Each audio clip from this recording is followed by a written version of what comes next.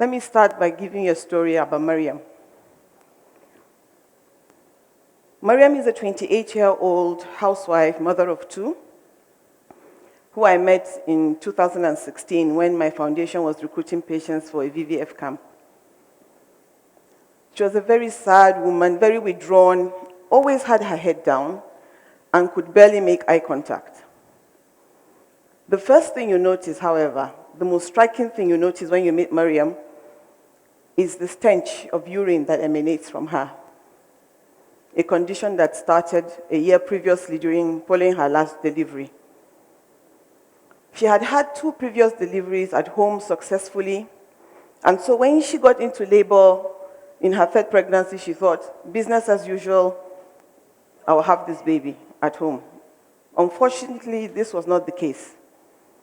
Maryam remained in labor for 2 days in excruciating pain before it became clear that this baby was not going to come, and then she was now taken to hospital.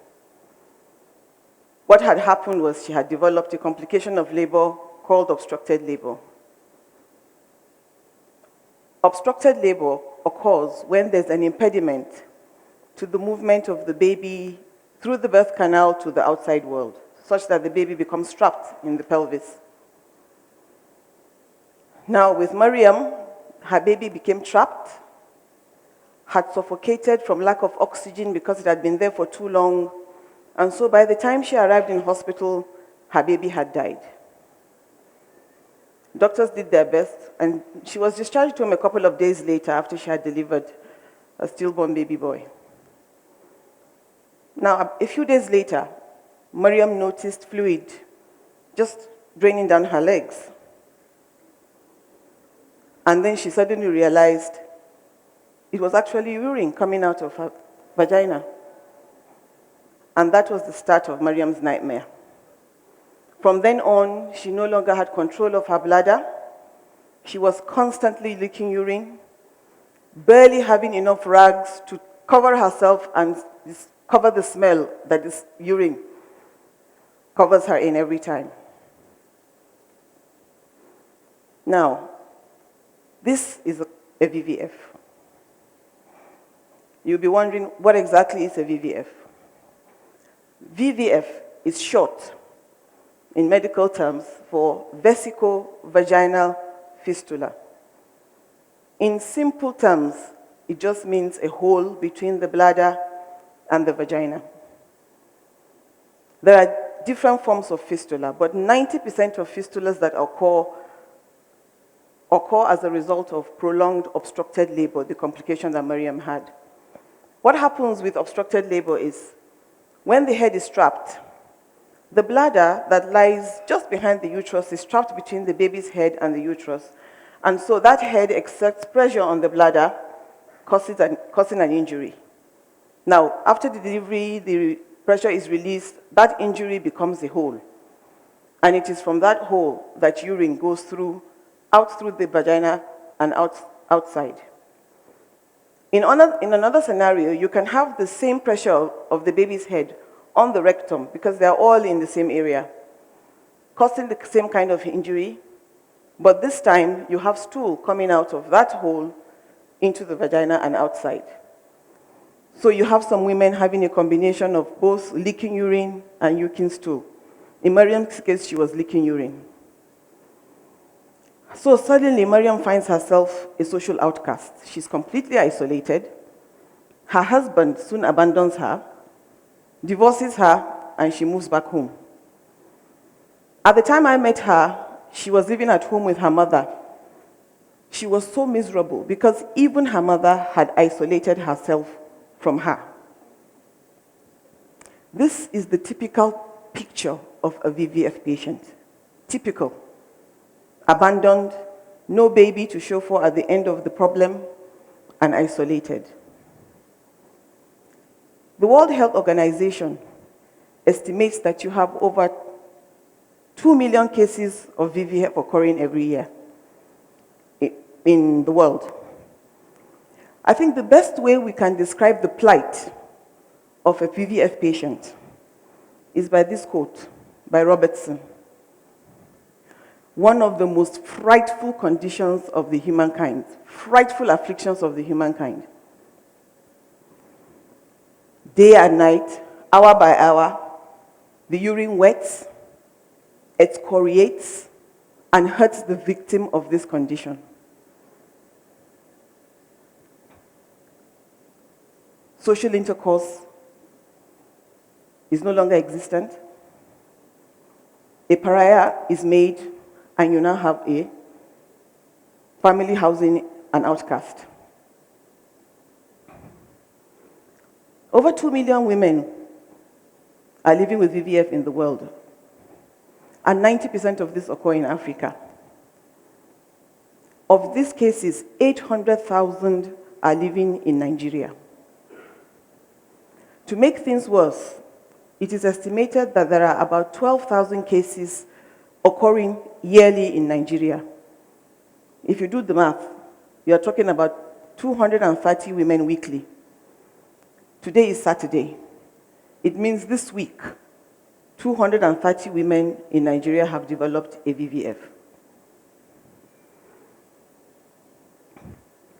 There are many predisposing factors to this problem, but I'm going to highlight a few of them, a few of the important factors. The first one is poor access to emergency obstetric care. Many of the women who develop this condition are those living in hard-to-reach areas with limited or poor access to antenatal care and emergency obstetric care. Basically, emergency obstetric care means the kind of care a pregnant woman gets in pregnancy as well as delivery. In Miriam's story, she had spent 2 days before she finally got to the hospital. Now, when they do eventually get to the hospital, they meet clinics that are ill-equipped and understaffed. Poverty. More often than not, the women with VVF are the poorest of the poor in society. Usually uneducated, no skill set, and so cannot afford to go to hospital. In Nigeria, we all know that hospital, medical services or healthcare is mostly out of pocket.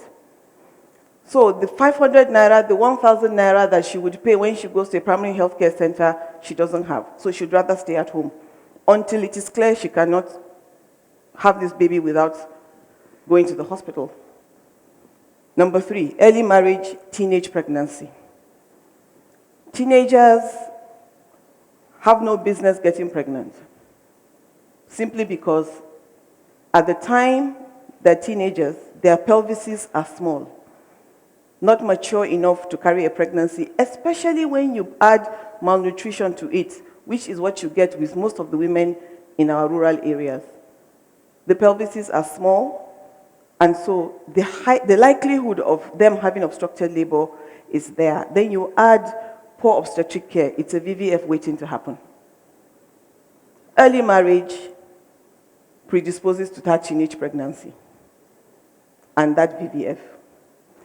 Miriam's case is different in the sense that she already had 2 babies before she had the problem. In her own case, it was simply because she didn't have access to emergency obstetric care.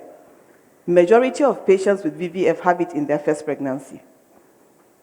And you can imagine losing your baby in the first pregnancy, having this problem without any thought or idea that you can be cured from it. Must be a living hell. Harmful traditional practices. I'll give an example of one, female genital cutting. I don't know whether we've heard of that. Female genital cutting or female genital mutilation. It's a common tradition. It's not too common here in Nigeria, but we do have it quite significantly. And it's a practice where the external genitalia of a girl is cut off, parts of it or all of it, and then sewn together. So if she comes to have a baby and that thing is still there, she ends up having complications like obstructed labor, and a VVF can occur. But I think one of the most important factors that are associated with any maternal health problem, including VVF, is lack of education. Studies have shown that women who are educated are the most likely ones to be empowered and are the ones that can take the good decisions they require to have a very good, safe pregnancy and safe delivery. and at the same time have very healthy children. Many of these women with VVF are uneducated. Now, this is one message that I would like everybody to go home with. The sun must not rise and set on a woman in labor more than once. The sun must not rise and set in a woman in labor, because that means that if a woman is in labor for more than 12 hours and she hasn't had her baby, there's a problem there. Something needs to be done. Now, we're all depressed, I'm sure by now. I'm even depressed talking about it, to be honest. But there is good news. And what is this good news? VVF sounds horrible, it's curable. Treatment is by surgery. Once you are able to get the fistula surgically corrected, leakage stops. She becomes dry, she goes about her normal activities. In fact, she can go ahead and have another pregnancy and a delivery. That is the wonderful news about it.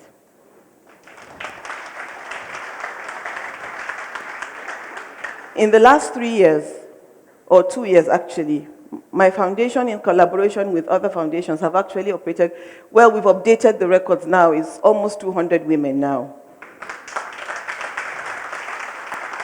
We've treated their VVF, and we've also rehabilitated them, because you see, what happens is they're isolated, they don't have any skills, they're poor, so even if you treat them, you need to get them back within their communities. And so we have to always give them some kind of skill set before we discharge them fully. Now, you may be wondering, why is this woman telling me this? I'm not a doctor, I'm not a surgeon. What can I do? There is a lot that you can do. Firstly, you can support organizations that work with VVF patients. There's a lot surrounding how you manage VVF patients, apart from the surgery, apart from the rehabilitation. So organizations that work with these people need a lot of support. And so that is something that you could do. Secondly, if you are involved in empowerment programs, entrepreneurship programs, please consider putting VVF VVF patients within your structure so that you can train them. Because that is one of the most important things that they need. The media has a huge role to play for public enlightenment and sensitization messages about this problem and how it can be prevented. Because VVF is preventable. And how do we prevent it? Even a girl who has been married early, or a teenager who is pregnant, as long as that woman or girl has proper access to antenatal care and delivery being attended by a skilled birth attendant, she will not develop that VVF. So we need that public message out there. But if you were to ask me the single most important factor that can help our women prevent VVF and other maternal health issues is to educate the girl child. We have a girl child intervention program in my foundation. We mentor girls. We try to encourage retention of girls, enrollment and retention of girls in school. We need to emphasize on that. I think what we could do as individuals is to form pressure groups to ensure that the education of our girls is made paramount, so that every girl who is educated is empowered and is unlikely to have a problem in her pregnancy and her delivery. If there's one single message I want out there, is we need to work to see how we can get that message out on the importance of girl-child education. Lastly, I'm sure you are wondering what happened to Miriam. This is Miriam.